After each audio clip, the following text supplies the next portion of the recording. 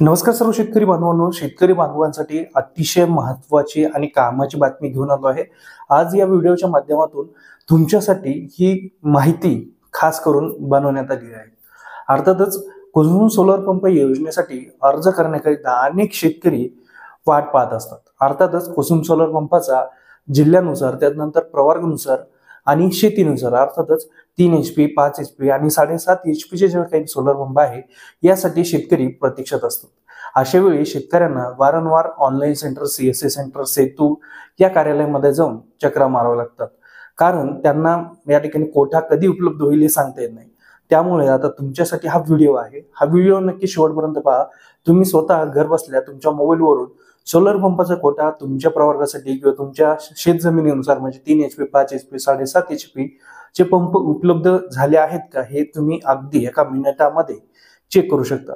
तर हे चेक कसे करायचे आहेत, काय प्रोसेस आहे, कोणती वेबसाईट आहे आणि त्याचबरोबर या ठिकाणी सोलर पंपाचा कोटा चेक करण्यासाठीच काय प्रक्रिया आहे, ही संपूर्ण माहिती आज या व्हिडिओच्या माध्यमातून जाणून घेऊया।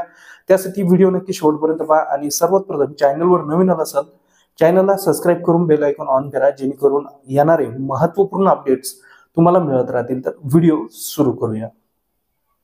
शेतकरी बांधवांनो, सर्वप्रथम गुगल क्रोम ब्राउझर किंवा कोणताही ब्राउझर ओपन करून घ्या आणि त्या ठिकाणी गुगल मध्ये कुसुम सोलर असं सर्च करा। पहिली आणि दुसरी ही दोन्ही शासनाच्याच वेबसाईट आहे, परंतु महाराष्ट्र शासनाकडून कुसुम महाऊर्जा.com ही ऑफिशियल साईट या ठिकाणी आहे। यावरती तुम्ही अर्ज व कोटा उपलब्ध आहेत किंवा नाही हे चेक करू शकता। तर kusum.mahaurja.com हीच वेबसाईट आहे, हिला तुम्हाला क्लिक करायचं आहे। त्यानंतर असा पॉपअप येईल, याला या ठिकाणी बंद करा। त्यानंतर सेफ विलेज लिस्ट आहे। जर तुम्ही या लिस्ट मध्ये जर तुमचं गाव असेल तर तुम्हाला डिझेल पंप नाही म्हणून नोंदणी करायची आहे, आणि जर या लिस्ट मध्ये नाव असेल तर तुम्हाला नसेल तर तुम्हाला काय करायचंय, नो करायचं, आणि लिस्ट मध्ये नाव असेल तर होय करायचंय। तर या ठिकाणी पंप कोणता डिझेल पंप आहे, तर या ठिकाणी होय अटी शर्ती मान्य आहे म्हणून या ठिकाणी सिलेक्ट करायचंय। या ठिकाणी जर आपण पाहिलं तर एक्झिटिंग पंप, AC जे काही असेल, या ठिकाणी पंप कोणता आहे, जमिनीवरील आहे, किती HP चा आहे, 5 HP चा। त्यानंतर पंप काय आहे, या ठिकाणी इफिशियंट पंप, आणि त्याला डिझेल लागते किती, तर आपण या ठिकाणी 200 किंवा जे असेल तुमचं त्या पद्धतीने या ठिकाणी तुम्ही सिलेक्ट करू शकता। त्यानंतर आधार नंबर या ठिकाणी टाकावा लागतो। आधार नंबर टाकून घेऊया। आपण आता या ठिकाणी आधार नंबर टाकलेला आहे। त्यानंतर जिल्हा जो तुमचा असेल तो या ठिकाणी तुम्ही सिलेक्ट करू शकता। जो तालुका असेल तो सिलेक्ट करा। त्यानंतर या ठिकाणी आपण सिलेक्ट केलेला आहे। त्यानंतर या ठिकाणी जे काही गाव असेल तो या ठिकाणी सिलेक्ट करायचं आहे।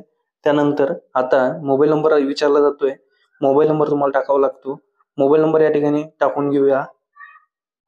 मोबाईल नंबर टाकणं झाल्यानंतर तुम्हाला कॅटेगरी निवडावी लागेल। कॅटेगरी निवडण्यासाठी कॅटेगरी या पर्यायावरती क्लिक केल्यानंतर अनुसूचित जाती, अनुसूचित जमाती यामध्ये नसेल तर तुम्ही खुला वर्ग या पर्यायावरती क्लिक करा। त्यानंतर या ठिकाणी तुम्हाला काय करायचंय, तर ईमेल ID तुम्हाला एमर्जन्सी म्हणजे हे नाहीये, रिक्वायर्ड नाहीये, तर त्यामुळे तुम्ही या ठिकाणी ईमेल ID टाकली नाही तरी चालणार आहे। त्यानंतर पेमेंट ऑनलाईन म्हणजे ऍप्लिकेशन साठी 50 रुपये या ठिकाणी चार्जेस आहे। तर या ठिकाणी अवेलेबल पंप जर आपण पाहिलं तर किती आहे, तर अवेलेबल पंप या ठिकाणी ओपन कॅटेगरी साठीचे जे पंप आहेत ते या ठिकाणी तुम्हाला दिसून येतील। तर अशा पद्धतीने प्रोसीड टू पेमेंट अवेलेबल किती आहेत हे या ठिकाणी दिसून येतात। या ठिकाणी सोलर पंपासाठी कोणतेही या ठिकाणी अवेलेबल नाहीये, तर अशा पद्धतीने तुम्ही चेक करू शकता। या ठिकाणी पाहू शकता 1 हेक्टर पर्यंत किती जमीन किती HP पंप मिळतो, त्यानंतर त्याच्यापेक्षा जास्त जमीन असेल तर 5 HP पंप केव्हा मिळतो, ही संपूर्ण माहिती आणि अवेलेबल कोटा आहे। या ठिकाणी 3 HP चा नाहीये, 5 HP चा नाही आणि 7.5 HP चा सुद्धा पंप नाहीये।